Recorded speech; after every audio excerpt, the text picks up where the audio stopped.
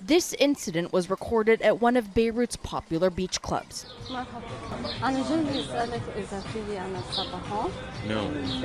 Even though what he said seems to suggest otherwise, the club does not have a members-only policy.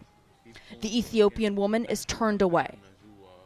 The video was shot as part of an undercover sting by an activist group called Arm for anti-racism movement, which is fighting a serious problem in Lebanon. So serious that at the start of the summer, the Ministry of Tourism issued a decree barring resorts from discriminating on the basis of race, nationality, or disability. Arm decided to test it out. When we called the police tourism, the 1735 number, we did not mention that we are a movement or anything. They were super cooperative. It took them 25 minutes to get there. The Minister of Tourism says he's adopting a zero-tolerance policy for moral and practical reasons. If people think that we are a country, a racial country, I think, we can kiss tourism goodbye. So for me, this is very, very serious, and it can only happen once. We let them know. If it happens the other time, we'll close them for 1 week. If it happens again, I'll close them for good. It's a policy that Arm says is a good first step, if in fact it's implemented.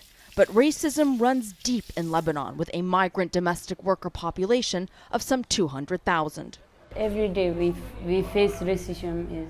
Priya Subaidi, who is Nepalese, runs one of the few migrant centers in the capital, where on Sundays volunteers offer classes in Arabic and English. I don't.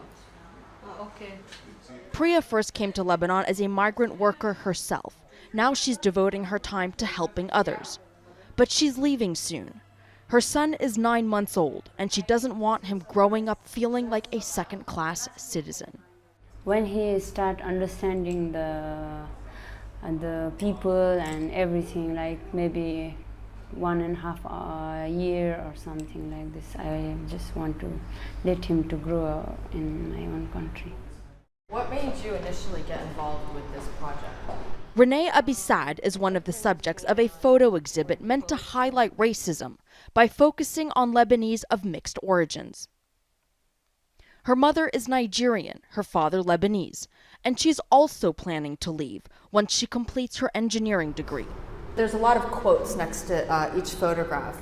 When you go through and you read them, do you relate to most of them? Like this one says, I speak the language, but I never felt Lebanese. I don't really know what is Lebanese.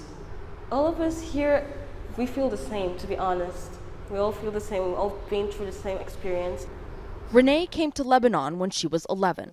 The racial slurs are so frequent that it's just become the norm. They assume that you're a prostitute, you're a maid, you're someone low class.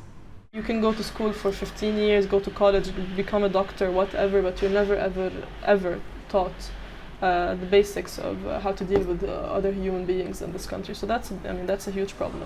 Trying to prevent blatant discrimination like this is just a start.